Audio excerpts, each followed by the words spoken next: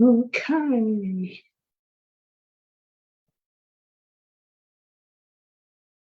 So, good evening, everyone, and welcome to tonight's podcast. Welcome, Stephen, on the School of Conscious Evolution and New Mediumship. Tonight, I have the pleasure to have as a guest Colin Walker. Good evening, Walker. Good evening, Colin. I don't know. Oh, good evening. Good evening. Good evening. Good evening. Thank you so much for the invite, Daniela. Oh, that is such a pleasure for me. Your spiritual guide as well. Thank you. Thank you. Thank you.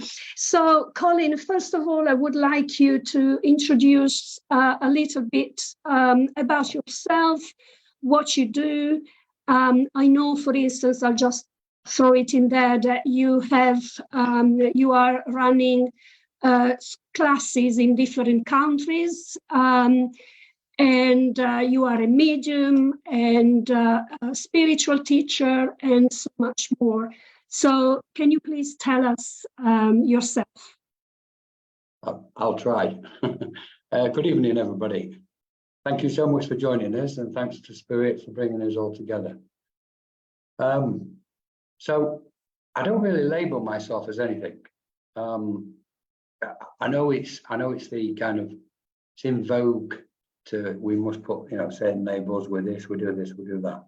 But I've never really done it.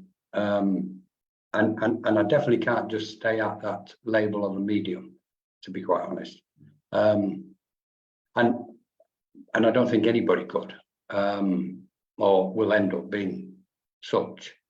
A little bit about me is I had a kind of cosmic experience many years ago, and I encountered what we can refer as a life review, where I viewed my life and all the scenes from it up until that moment in time. So everything I'd ever thought, seen, acted, anything to do with my senses up to that point, I viewed them all and felt them all in order to dissolve them all, realistically speaking. And it all took place with something what I can only describe as a consciousness beyond my control. And it took over a week, 24 hours a day, 7 days. And I came out of that process completely empty. I had no thoughts. I had to invent letters. My mind was completely empty.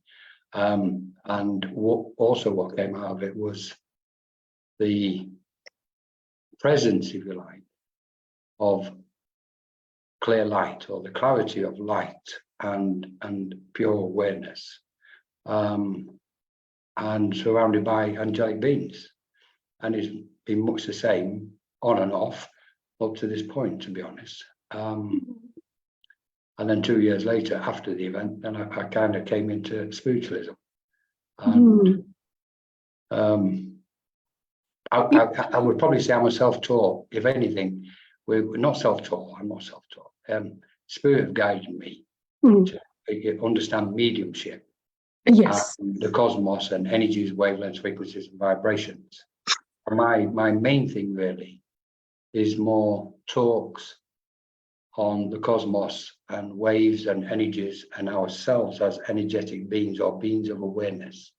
So that's probably the number one aspect, I would say. I feel that as I have been speaking to a number of mediums on my show so far, that most of the times we come to our own awakening well before we are actually driven to kind of train more formally, if you like through circles, or having the so-called teachers that can help us develop, and hone the skills to work better. But just as you said, it's to do with opening that consciousness, and often it's a sudden and perhaps rough awakening, isn't it? Yeah.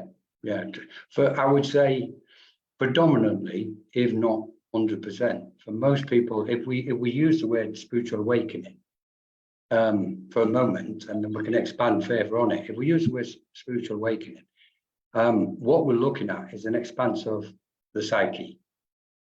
That's basically but we're using the term spiritual awakening because we view it as a spiritual event or a spiritual experience. But in effect, it's our psyche is expanding and ascending. So we're moving at that moment where the awakening takes place. If we're working on vibrations of a third dimensional reality, it's like a door's open to the fourth dimension. It's not fully open, but a door's open. Right. And therefore, we tend to, and normally that experience is brought about by what we call trauma, but it's not exactly trauma. We use it again, we're using language to cover or try to explain or define something. Yeah, I do find that a lot of times, as I mentioned just a moment ago, the awakening happens after like a shocking experience or a trauma. Doesn't have to be a trauma, but something that leads us to actually question ourselves, the world where we live, and why things are happening to us, but not to a point of like, why me?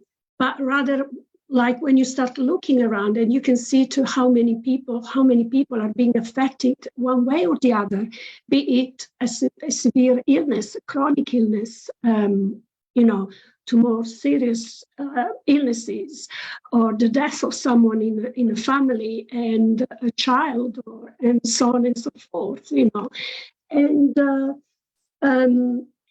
for instance, for me, it's been more like type of, a series of events, I would say, that have been building up one after the other, and to the point where I got led by spirit, because this is where I was wanting to get to. Because effectively speaking, because we are soul with a body, then what happens is that at one point in time in our life, there is a spark of light, and suddenly we reconnect to that soul that we are, that we carry inside, and therefore we awaken.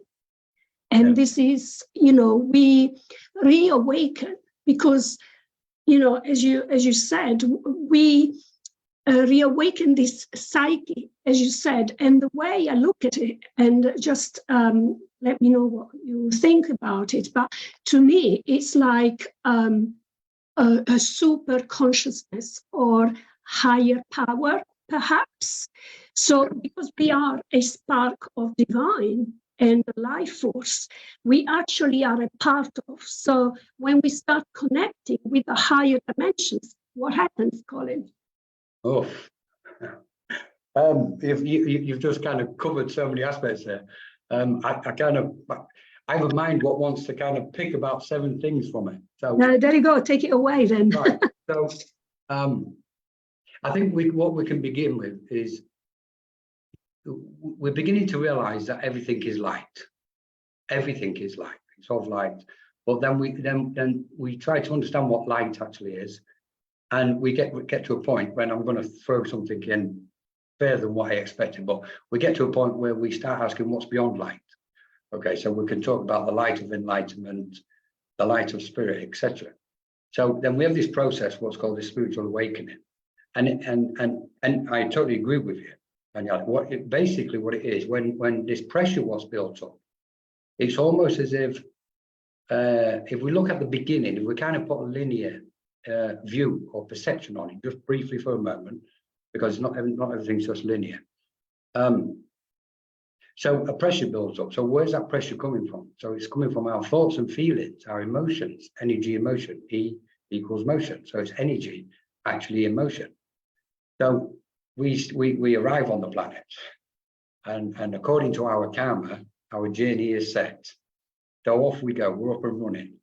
And what we tend to do, because we're living in a third dimensional reality, our perception is dimmed. Our expanse of awareness is dimmed. We lack some clarity, not all clarity, because obviously we can see what we're doing on a daily basis.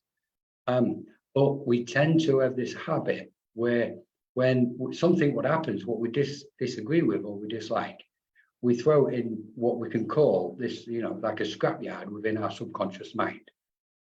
Now, a spiritual awakening and the pressure leading up to a spiritual awakening is more of, if we perceive ourselves as beings of energy, particles and atoms, that every thought we have is a particle, it's a single particle of energy. And every emotion we sense or what comes into being is also a particle of energy. So what happens is all those thoughts and emotions, what we don't wish to deal with or face, we tend to throw them inside something, or they either lay in our auric field, or they go out into what's called the etheric web around the world. But sooner or later, the pressure builds up. And then we reach a certain, it's almost like what we're trying to do, and we deliberately do this, we deliberately set about creating our own spiritual awakening on this, let's say, high level for a moment of consciousness. So what happens is we need a certain amount of energy because we need that pressure point. So it's like a critical chemical reaction in critical mass. We keep putting energy in and in and in until the pressure is built up to such a degree that we reach critical mass. And once we try and put one more thing in it, there's a chemical reaction and boom, we have what's called a spiritual awakening. But we refer to that as trauma. That pressure we refer to as trauma, when in effect, it's just particles and atoms, our own thoughts and emotions. Are we talking about quantum physics here? Well, I would say no, because it's a good point, this, because a lot of people, when they talk about quantum, but it might be slightly controversial what I'm going to say. Now, quantum, we could almost say there's no such thing as quantum theory or quantum physics. For me, it's actually etheric energy. It's ethereal energy. But we're living in a system, because if we look at ethereal things, that takes us more towards a spiritual way of being. But the material side wants to tell us everything's still solid and dense matter. So they come up with these fanciful words. The scientific community come up with these fanciful words, and they refer to it as quantum mechanics, where in effect it's actually ether and ethereal energy, which is a totally different kind of level altogether. Just quickly going back to this, these higher levels of consciousness. It's wise, if you like, to understand that really what we're looking at is we've got at least seven. We've got at least 7 bodies. So we've got the physical body, emotional, mental, the astral, the ethereal, etc. And if we wish, we could say a spiritual body or soul body. But indeed, what we've got is 7 bodies of energies, which we refer to as our higher levels of consciousness. And we bring those with us from our previous lifetimes. So everything what what ripens in any moment is as a result of our karma from previous lives, including our mediumship. So and such things as healing, etc., and trance. It's all ripening now at this very special time. So I mean, there's so much more to what he said. Absolutely, and it actually does make sense, but I will have from the US a spiritual minister that is specializing on quantum physics. So watch this space, because we will find out more about that side of spiritual being. And when I spoke to him, it was quite mind-blowing, So when we come to, you mentioned earlier on about 3D. So what are the difference in perception of consciousness from the 3D perspective and higher dimensions? Well, if we look at the dimensions in their literal form and take let's say we start at the dot, so then we've got a length, then we've got a distance, and we've got time. So we're gradually expanding the box of the three-dimensional reality. So we think we live in a 3-dimensional reality. when in effect it's not. It's just our minds are vibrating at a certain frequency. And this is probably the most important thing for anybody to remember, that everything is frequency. So our thoughts think in waves. Those waves are obviously of a specific frequency. Our emotions are of a certain frequency. How we feel about one person may not be how we feel about somebody else. So there's two different frequencies playing out. How we think of somebody, and the times we change our mind throughout the day, we're actually shifting through frequencies. Okay, so as we move through these frequencies, we're actually expanding through what we can say, the confines of the third dimensional reality into the fourth, fifth, and so on. Into those, we're expanding beyond the third dimensional reality. When we look at the spirit world or spirit plane, we can see that reality is anything above fourth, fifth, sixth dimensional reality and further. And then we can go to the celestial planes and the cosmic realms. These are all various frequencies, and what we call them planes or realms, but they're actually almost like a wave of reality where an awareness exists upon. So we exist on this wave of awareness, what we call. So are you talking about parallel realities? We can put that in there, but collectively, we've got to go from the individual aspect to the collective aspect. So when we look at the individual to the collective, and we say parallel realities, we're limiting ourselves, if that makes sense. Because what we're saying is, I'm existing here, but I know I exist exactly the same on another plane of reality. Yeah, well, this is what we call like linearity, right? Yeah. That's what you're talking about. Yeah.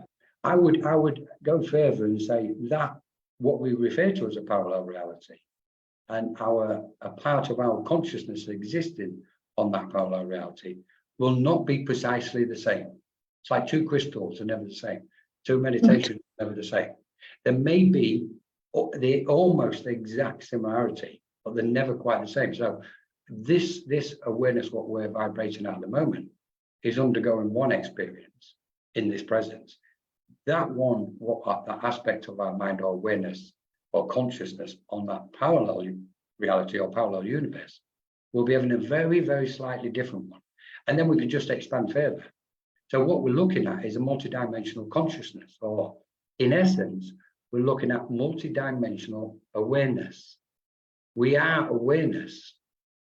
When we talk about spirit and we talk about the soul and we talk about the mind, we can't find it. Nobody's ever found the soul. Nobody's found the spirit. And nobody's ever found the mind. We can't find it. So it's almost like we're on this quest to understand the reality of being. And as we're trying to understand it, we're peeling all these layers back and we're going, oh, well, it's not there.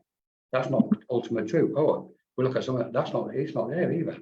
Yeah. So we've really got to understand what spirit is and what the soul actually is. And when we get beyond those two, we can start to see cosmic reality and presence of being, but from the standpoint of the emptiness of awareness, if that makes sense. We're moving towards the emptiness of awareness. Our mind is taking us to the emptiness of awareness. And I don't think we're remembering anything. I really don't think, I've analysed this for so long. I don't think we're remembering anything. I think what we're doing is merely being present, and reality is ripening. But this is what the awakening is all about, isn't it? Yeah. Because the awakening is the remembering of who we really are. Well, did we actually forget? Because we've forgotten when we were born, part of the agreement, if you like, my understanding is that we come down on earth to make a human experience. Yeah. Or as someone else has explained from their perspective, it's like God multiplying itself to come on earth to experience the other side of his own being, because he's perfection. And then we because what we fight and what we are in search of the whole of our life on earth is balance. Rather, so you've opened everything up again. Masculine and feminine, Right. good and bad. It's like this dichotomy, isn't it? Well, okay. Shall we can keep going with this? Shall we Oh, keep yes, of course. Right. So if everybody's okay. So what we've got here is, I don't believe we've forgotten anything. It's ripened in the moment it's meant to happen. There's order to the cosmos. There's perfect order to the cosmos. From that experience which I encountered, that was one of the most prominent things. The cosmos just is. You know, we tend to these delusions, what we carry, and distractions within our mind and our awareness, block us from seeing the clarity of and the light of true awareness of the cosmic workings. Okay, so we're kind of like still fumbling around in the dark a little bit. However, luckily everything's becoming lighter and lighter, and we're getting greater clarity as the days go on. Yeah. And the more we meditate. So what we're looking at is the God concept is cosmic consciousness itself, which we Yes. are cosmic consciousness. Yes. And then we say, right, well, I need to go to the earth for such and such an experience. Well, as soon as we say that on this plane or level of understanding, straight away we're diminishing our knowledge and wisdom of all this, millions of lifetimes and incarnations which we've experienced so many things. Now that's not. There's a very fine line here, because we've got to be careful. We don't, with a mind of this nature, that we don't then go into the egotistical manner and go, right, okay, I'm all knowing, okay, because obviously we can't bring that energy into play. So the experience, what I believe we'll come to do, or it's not even experience, I think we've just come to do something, and that is to expand clarity and light in this part of what we refer to as the cosmos. Nothing else. Absolutely nothing else. I love this approach. I love this theory, whatever your belief and what you've come to realize in your own personal experience. If we look at the reality of the world at the moment, and let's say all these spiritual awakenings, these wonderful, phenomenal spiritual awakenings that are taking place at the moment, and we tend to have this tendency, to we wish to ascend and expand, and we they feel and sense the joy of light, which is without question we should be doing. But in that process, we're also descending. So as we expand and ascend, that light, obviously, when we say it's going out in all directions, it's also going in this dimensional reality. We can say it's going downwards. We're actually entering what and after studying this for many years, we're actually we are now within what's referred to as a psychic abyss. We're entering a psychic abyss. Now, what's a psychic abyss? So as the light expands and ascends, it's also going, let's say, down, if we look at linear aspects, okay? Right.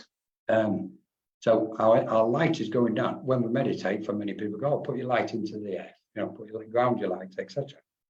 Now, the question is, what are the other planes of and realms of energy, what we're surrounded by? That's the big question. And why have we really truly come here?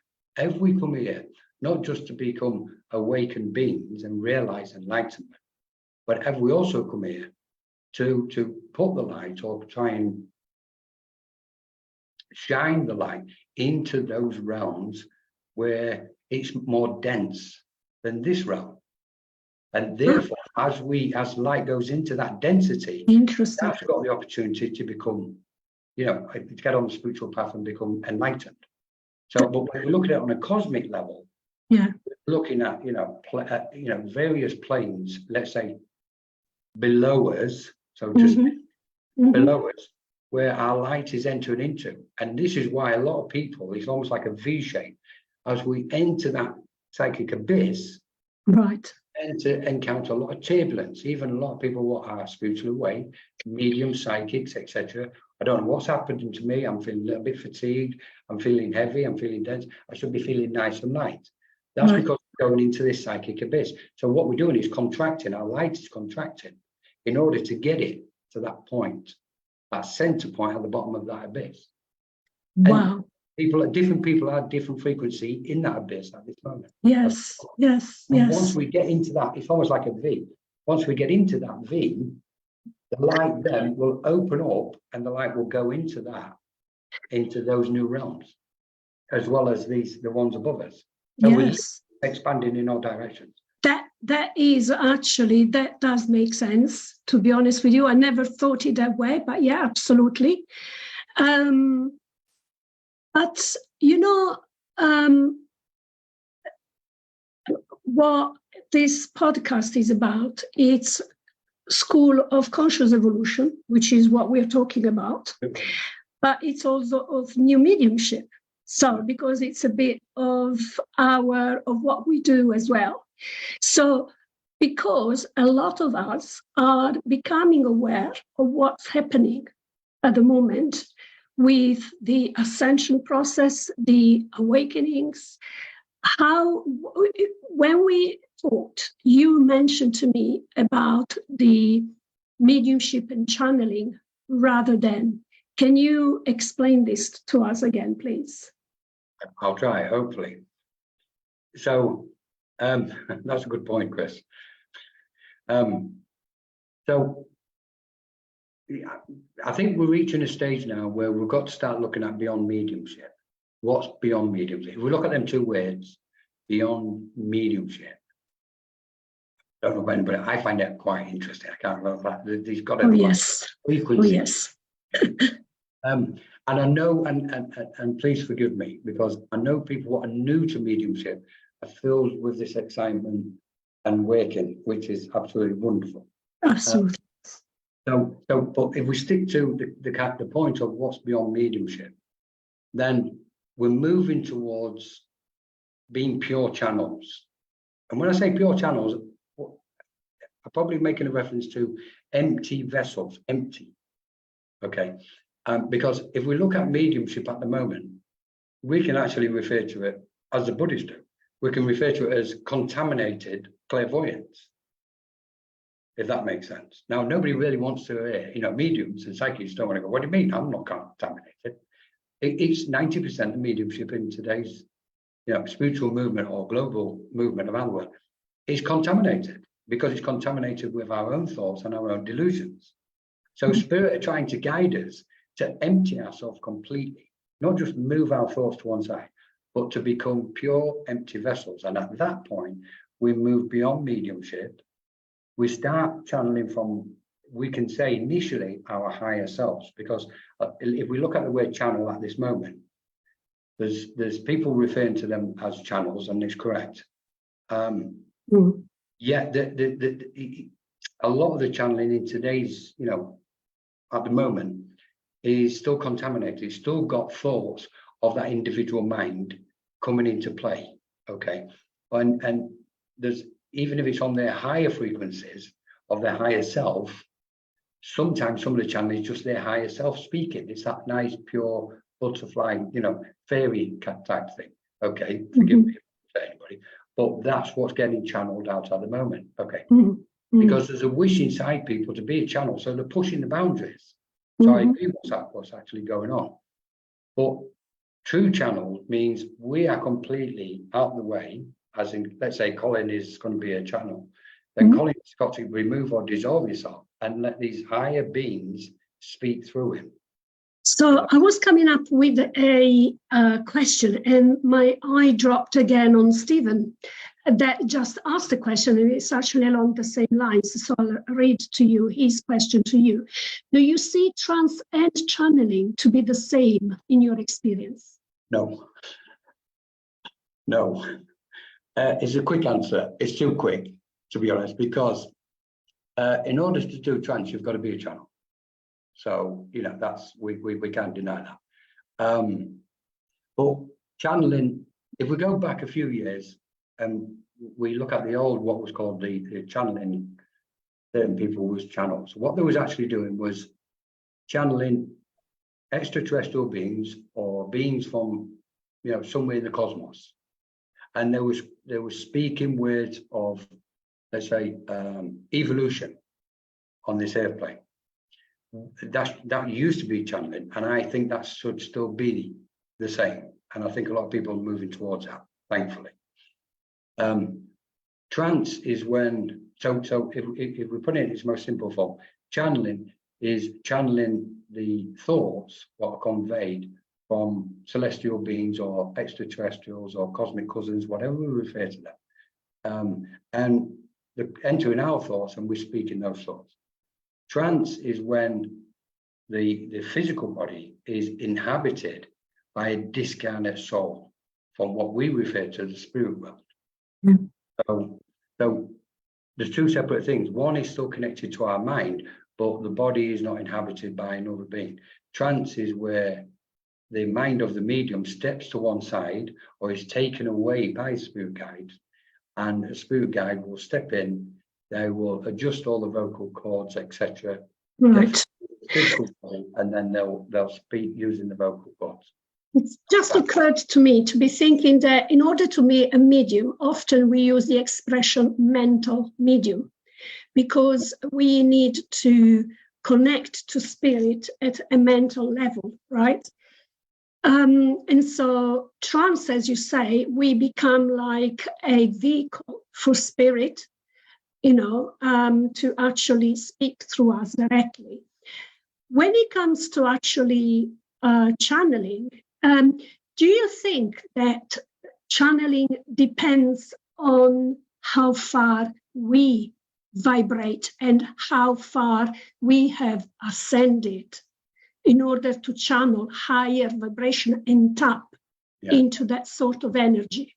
That is a really poignant point you've made, Tanya, because I firmly believe it's true. Yeah, everything is based on emptying the mind.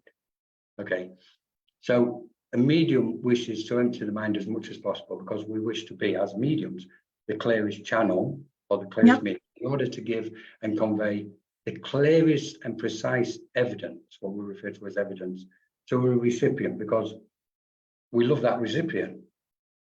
We care and we've got compassion. So we're really trying to get the best. That's part of the problem, actually, is trying. But so we wish to develop a clear mind. And the same goes with channeling. We wish to develop a clear mind. The key really is to dissolve all thoughts and all feelings we have.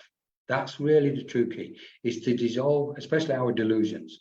That everything we believe in is merely of a certain frequency. As we move our mind to a higher frequency, we gain new knowledge. We know this, or we come under the understanding of new cosmic knowledge, whether it's from the spirit realms and spiritual guides, or whether it's from our experiences, what we're experiencing on the earth plane, or cosmic beings, whichever one it is. Once we've moved our frequency of thought to purer vibration, like we call it, if we can move away from higher and lower realms, let's say to purer vibrations, which is faster frequencies. Yes. If we get to a faster frequency, even though it doesn't appear fast, it actually appears slow, but it's still a faster frequency. It is, there's that many peaks moving on that specific frequency. And if we raise or send our consciousness to a certain degree, what we're then doing is harmonizing. We're raising our consciousness and we're harmonizing with these celestial beings, if you like, in the form of channeling. And the same applies to spiritual mediumship. If we move our mind as close as possible to the spirit realms, we can then receive clear messages. What we have a tendency to do is, and I say this respectfully, we have a tendency to kind of sit where we are with this mindset and this energy and go, okay, Spirit, I'm ready. And Spirit's going, do you want to try moving your mind and get a bit closer to us? It might be a bit easier. You know what I mean? So what we've got to do, preparation is everything. Yes. Whether mediumship, trance, channeling, healing, preparation is everything. We know that. But as far as the ascended, reaching the ascended planes of awareness and consciousness, then yeah, if we clear our mind, empty ourselves as vessels, ascend our awareness up to the frequencies, we become, there's bliss, what will flow through us. Yes, absolutely, absolutely. And since we are talking of frequencies now, we are made of, we have body, but as a body, we produce our own frequency and energies. And this is the way I would like to introduce the topic of the 7 bodies that we have. If you can go into that. Yes, of course. So, again, and you said it earlier, Danielle, everything is perception, how we perceive. So how we perceive, we'll begin with the external world, is according to obviously the internal mind, our internal world, or our mind. So we perceive, let's say, a door, a car, a chair, a table, as a solid state of matter. That's what's going to appear to our mind, because that's the frequency we're viewing it with. If we alter our consciousness or change our frequency of awareness, that chair, that table or car will appear different to us. And the same with the physical body. We are under the false impression that the physical body is this dense state of matter, when in effect, it's particles and atoms that are vibrating in such a beautiful, beautiful manner, throwing out all sorts of colour and hues, which is unimaginable, which makes up our, what we would refer to as the aura, or the field of energy, if you like. Yes. But it's not just coming from the physical body, it's coming from all those other 6, 7 bodies. Okay, so once we start tuning with, let's say, the ethereal body, the body of light, then it's a game changer, because then we start perceiving everything outwardly as one of 2 things, either particles and atoms vibrating and moving. So when we look at people, same applies. That person, what I'm looking at, is actually stunning. Spiritually speaking, from a cosmic point of view, every living being, what we see before our eyes, is glowing and emanating. They're emanations. We are all emanation, because we're particles and atoms vibrating at such a frequency that we can only see those frequencies when we change our frequency. So if we're kind of like trapped in the 3D mind, and we say, you know, make references to different people in different ways, is because that's where our mind is vibrating. As soon as we say, okay, I'd like to see somebody's, or the other bodies or the light of somebody, and the change takes place here. So then we can move through, let's say, if we take the first one, let's say the mental body. What is a mental body? Well, that's a body of all our thoughts. So we've got to begin with the energy that we produce through our thoughts. Yes. I would imagine. Yeah, it's creating a whole new body around us. Yes. So we've got to tie this into the chakras. So initially, I know people will say, there's loads of chakras. So let's stick with the first 7 chakras. Okay, each chakra has got a body, because it's vibrating. It's a spiral of energy, and it's creating a mass of energy, which then turns into a form or another body. And that thus then creates the 7 bodies, the physical up to the spiritual, if you like, as we ascend through the chakras. When we get to the point of understanding the 7 bodies in relation to the chakras, then we start perceiving these various frequencies or waves of existence or planes of existence, because we can say, well, where does my etheric, what plane is my etheric body on? Right. What mind has it got? What's it aware of? Well, it's aware of everybody else's etheric body. It's aware of everybody else's ethereal thoughts, if you like. Okay. And when we say, well, I can see a color around somebody, what we should be asking with it is also, well, I'm seeing the color, but what body is that color coming from? What body is emitting that light? Right. We just tend to think on the physical. So for me, I'm like, okay, is that the astral? Is it the etheric? When I see colors around people. Yes. So, I mean, that's a little glimpse into it.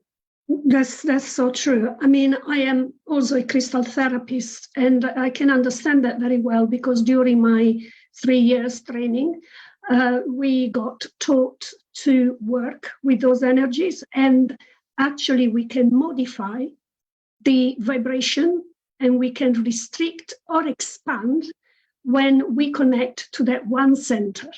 Yeah. And the physical results of that was actually mind-blowing, because it tells you that as we learn to train, we learn to modify those energy centers. Yeah. Yeah. And some people will need tools such as crystals, but then with time, and when you are, let's say, quite trained, let's put it this way, you can do it perhaps without. But what I wanted to say to you is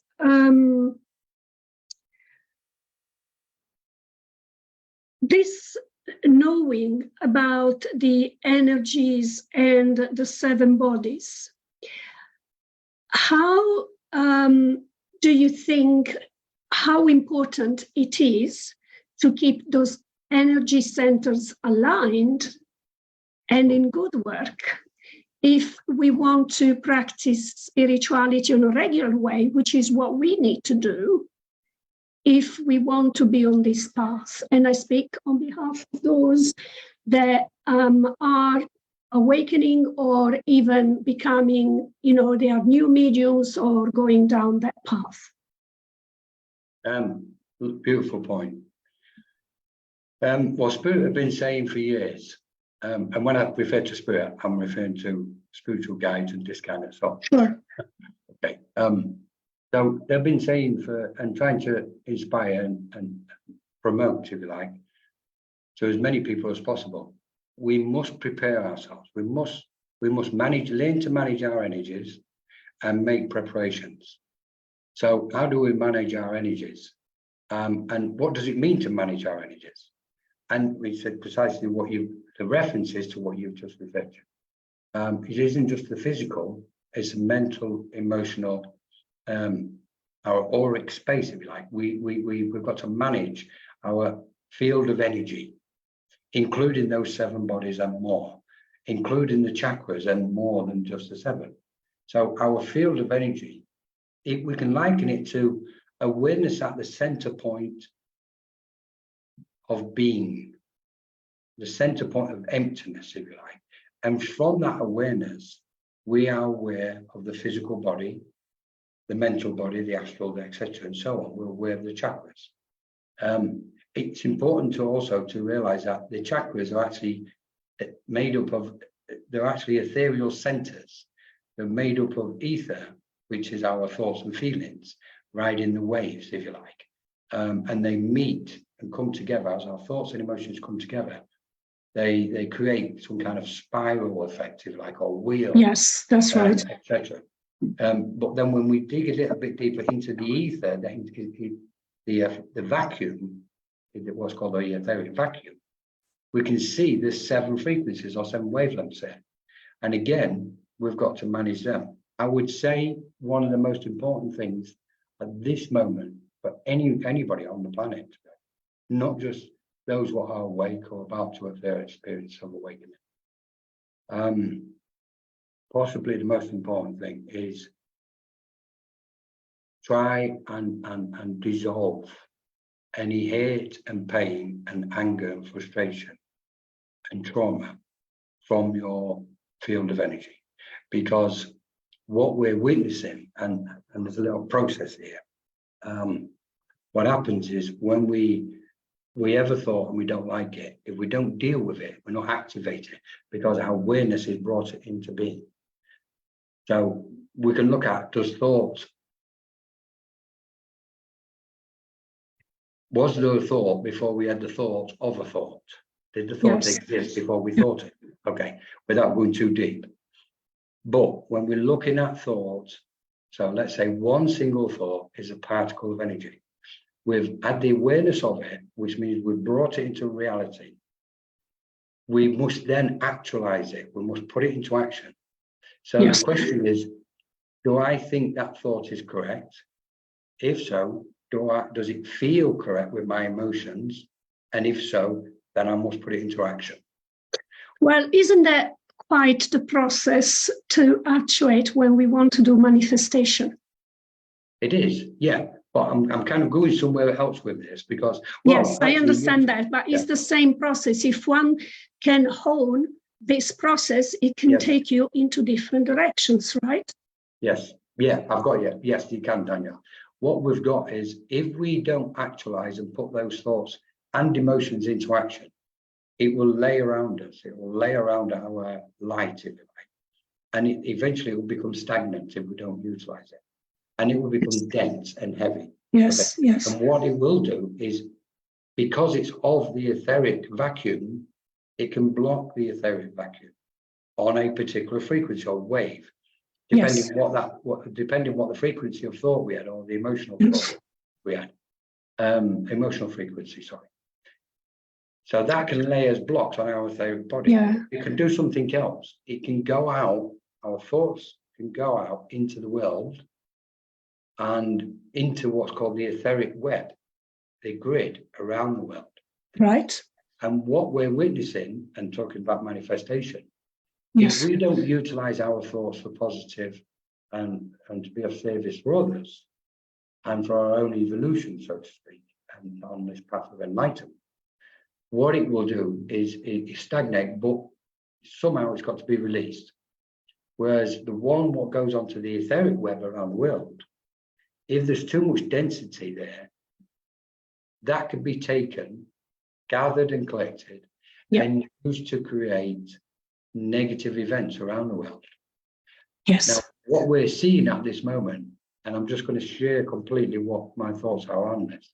Please do. What we're witnessing at the moment is the amount of negativity we're seeing and witnessing around the world is as a direct result of our thoughts and emotions. And we can say, well, I'm not responsible for war in another country. Well, without our thought energy brought in to manifest, that event can't take place. So the more we heal ourselves and clear the energy and dissolve all our mundane negative aspects, the less of those energies can go out into the etheric web, and therefore there'll be less wars. Absolutely. And chaos, and not just wars, but negative aspects. So I suppose it is therefore very important to maintain ourselves balanced mentally, emotionally, psychically. Yeah. Okay. And that's one part of it, physically trying to eat well. And, these are discounted things sometimes, but we carry a body that can actually transmute its energies into light and vibrations.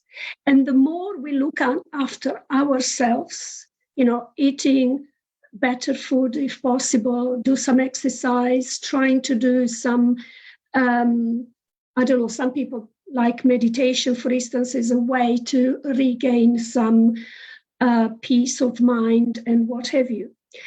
On the other side, we have something very important, which is a regular connection to spirit, which is actually the reconnection to our own soul, because that's very important as well, right?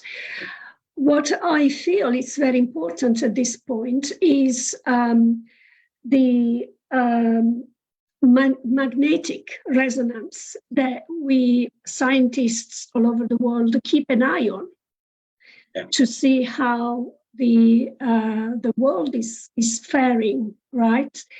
I've done this example before, but the moment when, to just confirm what you just expressed, the moment when Lady Diana died, the Schumann resonance, which is the heartbeat of our planet as a result of our consciousness, is defined in a different way, but this is what it is about, right?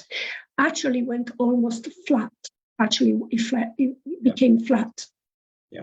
Because in the vast majority of the world, people were mourning one person. Yeah. And this is exactly what you were talking about. Yeah. So what we put out there, it's the vibration that is being picked up by a lot of people.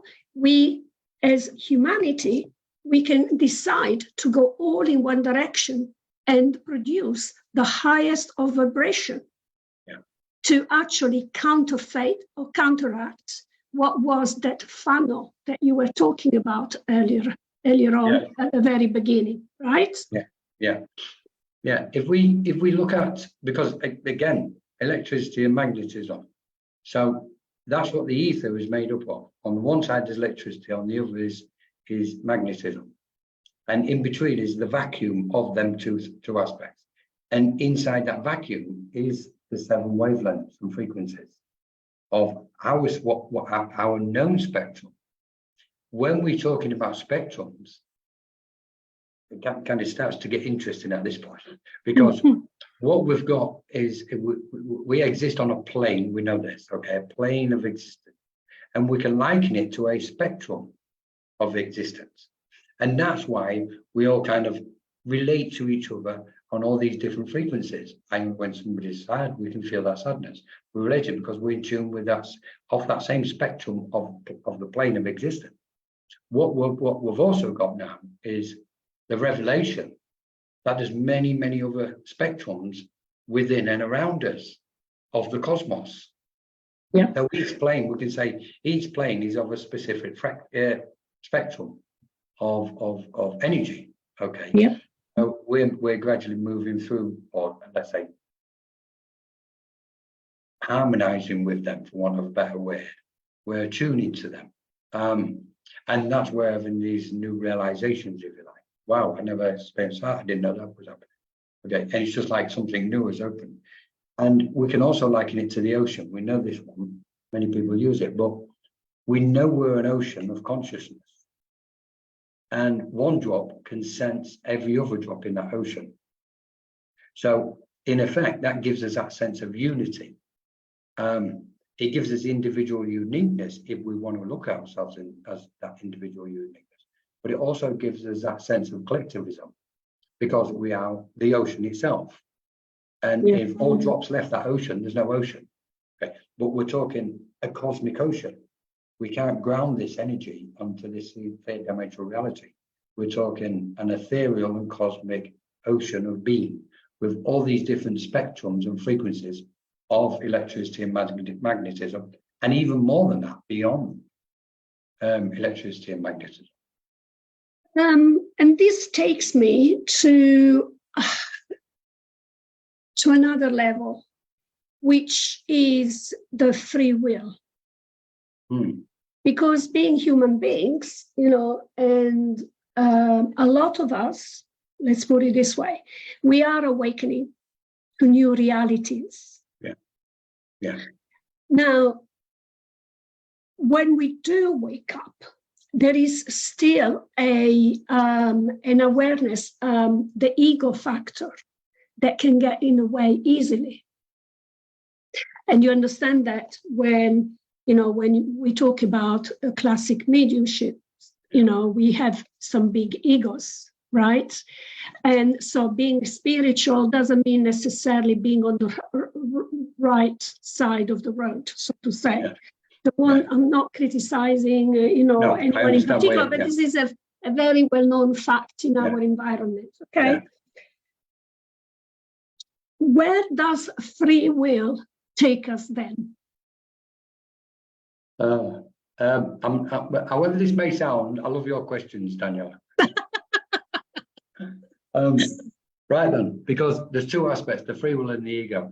So the question regarding the free will is, what frequency of awareness are we perceiving any specific free will in any given moment? So let's say the free will, what this energy is thinking of now on this frequency, is different from the sense of free will. If I altered my awareness, I'd be perceiving my free will with a different sense of awareness. Mm-hmm. So free will isn't it's simple, but we have to dive deep into it and open it up and go, hang on, maybe there's a minimum of 7 frequencies of free will, if that makes sense. We can't just go, well, I've got free will, because what about the free will we had when our awareness was in the light of spirit before we got here, and on many other previous incarnations?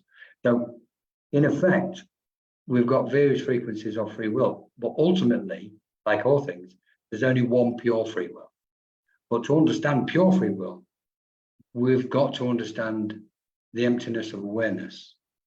We've got to have a degree or be very close to an enlightened mind. Then we can really understand free will. And it's not the one we think it is. It's a lot more profound. Now, regarding the ego is very interesting because personally, I like this subject. I think what we're looking at the moment in this phenomenal cosmic change on the planet, this great shift of human consciousness, so to speak, is what we're seeing potentially or witnessing and being a part of and being present in, is we are seeing the age of the ego coming to an end. And that's why we're seeing so much of the ego ripen, because it's coming up, it's coming in, the light is shining on it. So it's coming up to the surface in order to be dissolved. Now, I know some people, believe that the ego is important and we need the ego for such and such. My personal view and opinion, and I believe the same of beings in the life spirit, is the ego must be dissolved, because the ego is the cause of all our suffering.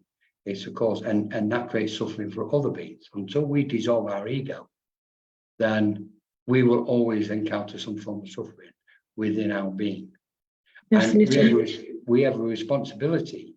When we look at the word spiritual, so we've got spiritual, for me, we can stretch it, spirituality. So if we look at the three concepts of spirit, spiritualism, and spirituality, spirit is like the knowledge bank. It's the energy of knowledge, the source. Spiritualism is what we've got on the world at the minute. It's like the post office, sorting off. We all go to the post office. I like that. There's a package for me. I'm okay. Spirituality is what we do with it. Spirituality is the actual action of that knowledge. Gathered it and collected it and put it into action positively. So we're at that stage now. But regarding the ego, we're on the cusp of entering not just a new century or new, civilization. I believe we're on the cusp of a new eon, and that's it. We're one eon is coming to an end, and we're entering a new one, and we're it. It's not that we're doing anything about it, and it's not that we're part of it. We are it. We must lose this concept of the external and the internal. It's everything. And we are the change. We're whatever is taking place. And we just need to be and allow it, and from the emptiness of awareness, to allow it to be and move in any moment in the direction we're inspired to. I suppose what I'm hearing is the willingness to work through the ascension process. Yeah, we can view it that because again, because if there is free will, we may choose not to. Correct. Because that means that we are leaning more towards the ego side. Well, we can say. So that's where the choice is. It's like Adam and Eve and the choice of eating the apple or not, right? Yeah. We go back to the beginning. You've just took this to something which I wanted to come back to, because I think it was Martin and Chris raised a point earlier, 0 point. What we're doing is approaching 0 point.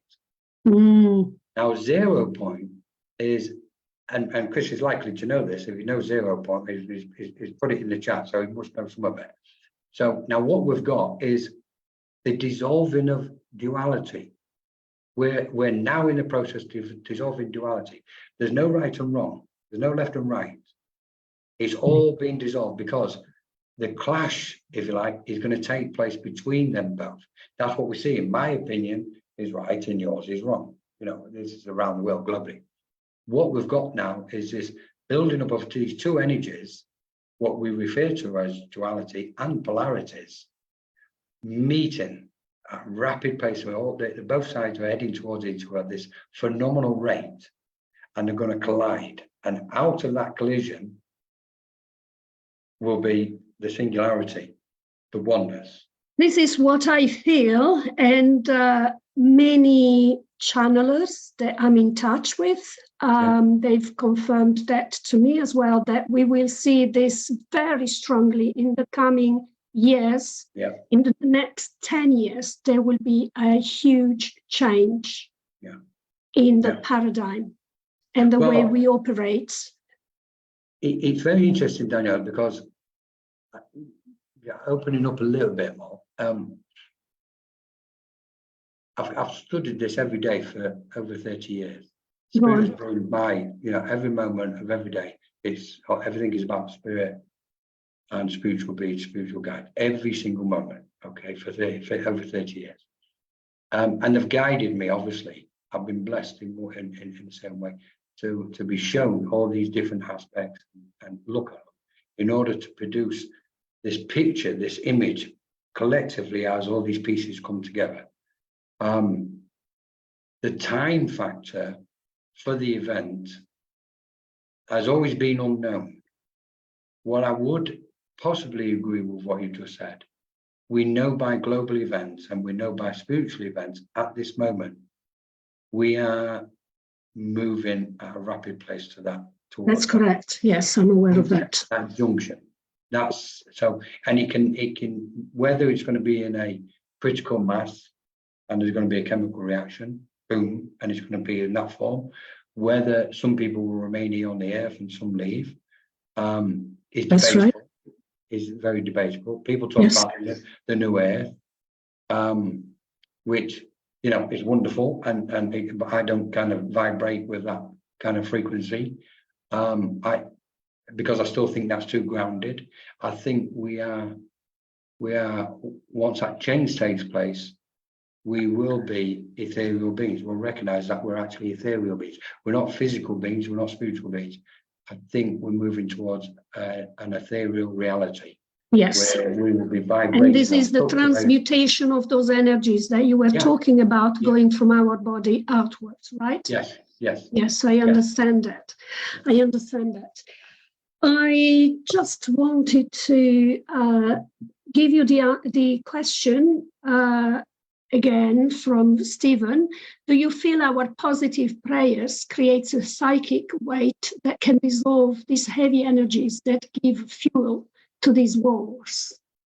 I was coming back to it. I was watching that question. I read that question while I was talking, and I thought I've got to get back to Chris. And I've got to get back to very much so, Stephen. Very much. The power of prayer is incalculable as far as I'm concerned. And when we're sending light, I'm cautious about one thing, because when we say, I'm going to send you some light, or I'm going to send prayers to this part of the world, and this isn't you personally, Stephen, this is Colin's mind generally, after all these years, analysing everything. If we be love and if we be light, both of those aspects are conscious, and they will go to where they're needed without us even trying to do it, without us sending it. That's the ultimate one. But while we're in this state of kind of almost inertia, then it's unquestionably, then prayers can change everything. We're kind of just moving to another frequency, but from that point, our positive thoughts are reaching a certain percentage now globally. And once I believe, once our light shines, and as many people, or a certain percentage of light is emitting around the world, that's when that change is going to take place. So the more positive, whether it's prayers, thoughts, or speech, we can throw in, it's important when we're training as mediums or psychics or channels, whatever it is, on this, what we refer to as path, because there is no path, nothing really exists. Everything is empty. We think everything else exists, but it's not. It's not. We look at things in a conventional manner.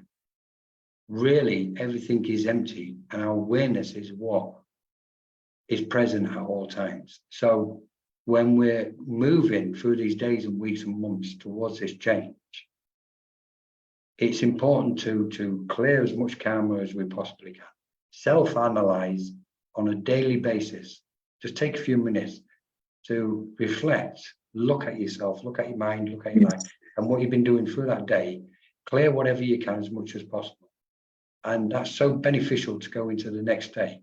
Self-analysis is so important.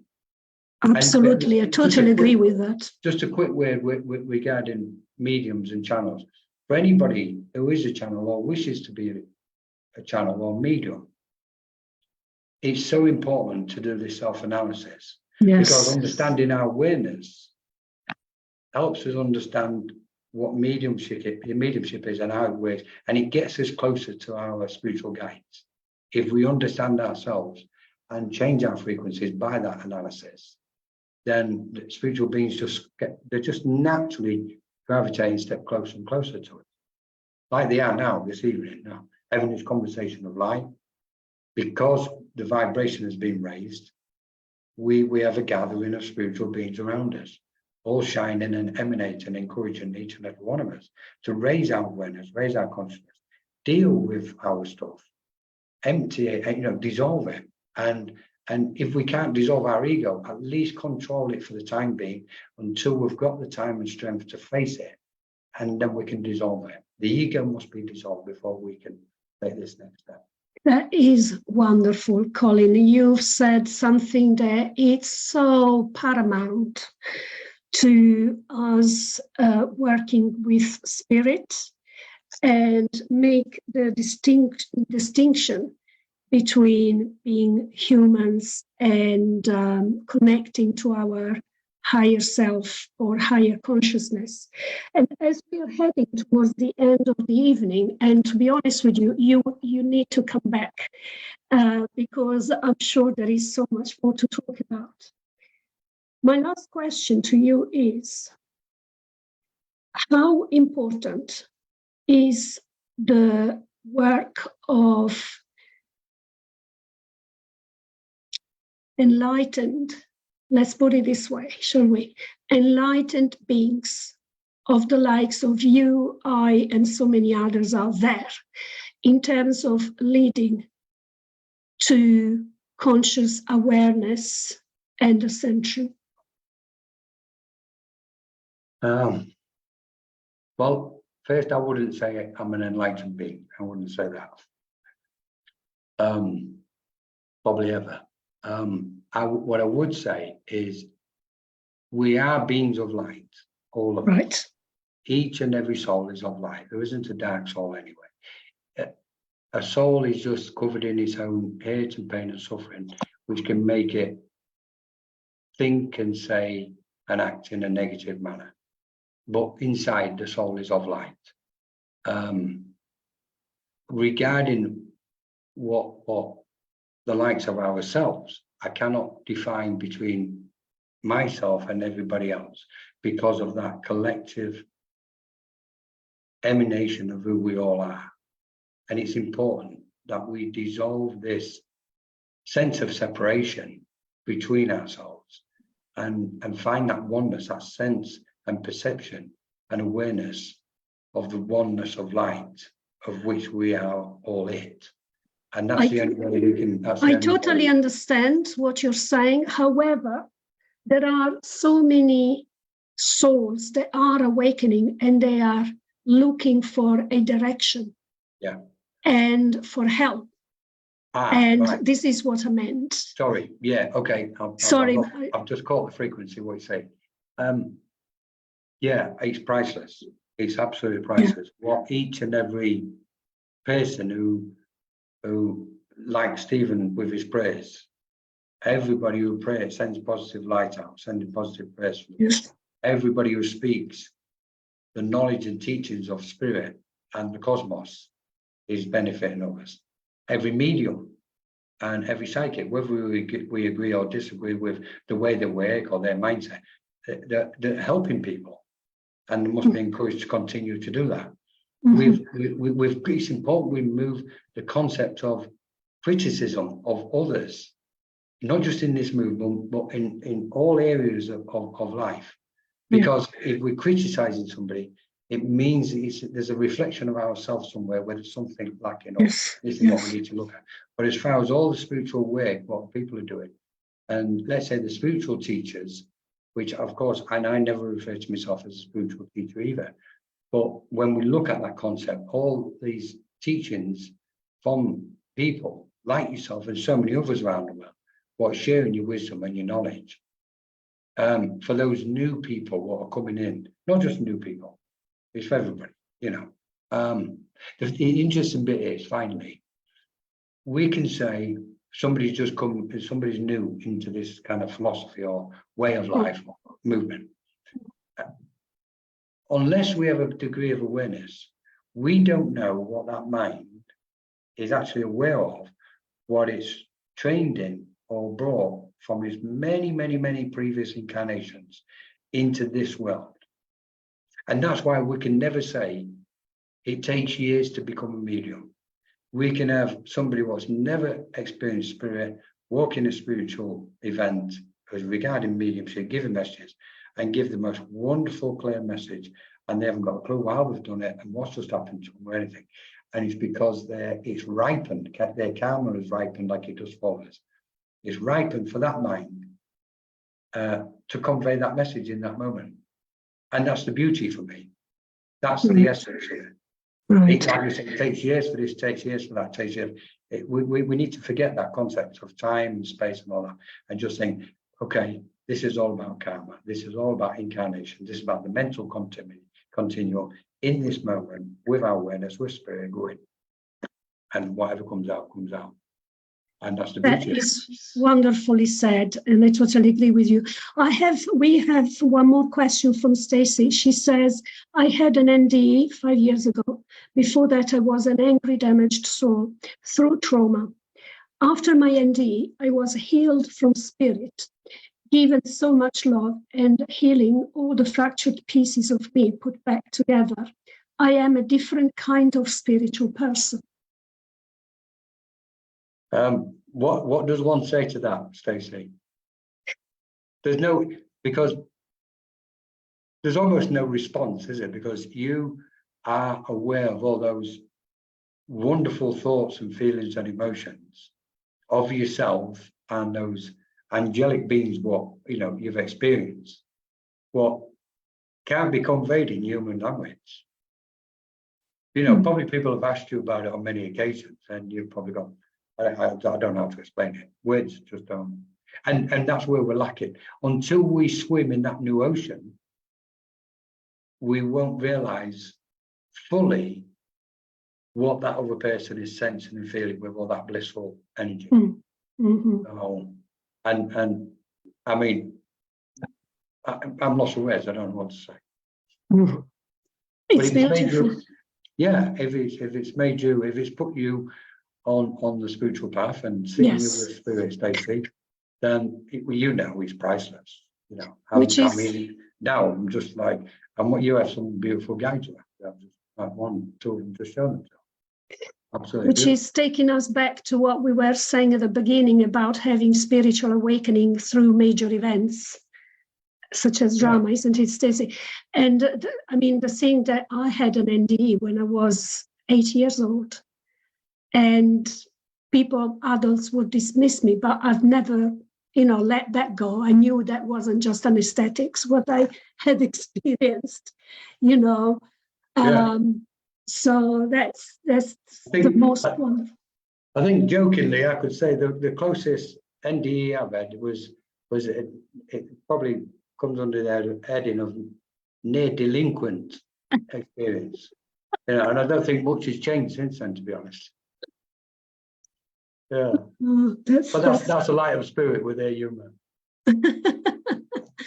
Well, what can I say, Colin? This has been the most wonderful evening, so deep. So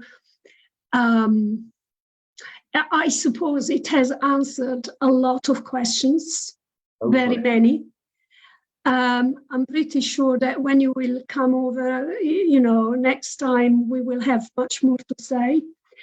But thank you ever so much for having delighted us with your presence and if We've if I may, I'd just like to convey something because I've got go on. I've got spirit in my ear, and just say, please just convey, just tell them we love each and every one.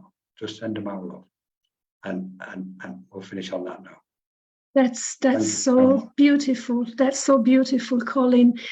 And I just know that you run some workshops and everything. Is there anything that you would like to say? Is there anything that we could find you if we wanted to learn from you a bit more?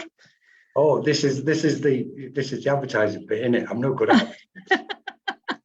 Well, I'm sure that people would love to follow you. That's all. So we operate Menorca Consciousness Group, and with my partner Ava, who's on screen at the minute, and she looks after all the admin side of things and posts, etc. So, but it's Menorca Consciousness Group on Facebook. We have got a retreat in September, 17th of September, for a week in Menorca, and it's called Into the Light. It's in-person retreat. We're hoping it's still going to, if everything's okay, we're hoping it's still going to go ahead. That's for the 7th, and it'll be 3 sessions a day, 15 sessions in total, and it will be talking about all the different aspects of light, aligning to light, etc., abiding in the light. And it's a wonderful place to be as well, Menorca. We've been living there for several years, even though we're in the Czech Republic at the minute. So there's that. We've also got possibly a trance course coming up, and a weekend or 1-day workshop, I think, in about 3 weeks, which will be Enter the Purple, which is, for anybody who, a lot of people now start to see purple at the third eye. We're going to take a journey in there. So that'll be posted in the next couple of days, I believe. Wonderful. Colin, I'm sure those will be all wonderful and very inspiring. I mean, I feel so inspired, by your connection to spirit. And thank you for sharing with us, some of your journey as well. And thank you, everyone, for having come along tonight. Next week we will have a lady called, I had it here, Louise Finlay. Louise Finlay, and she is an amazing medium. She's a light worker. She works a lot with light codes and angelic and higher beings. So it will be lovely to have her on and discover even more about higher dimensions and all the work she does in her center. Thank you, Colin, again, and thank you, everyone. And I'll see you next Wednesday. Thank you, Colin. Daniela, absolutely amazing what you're doing with the School of Evolution. It's the next phase. So thank you so much. Thank you so much for the invite. Such an honor to have you again. Thank you to everybody. Thank you, everyone. Bye-bye. Good night. Bye-bye. Good night.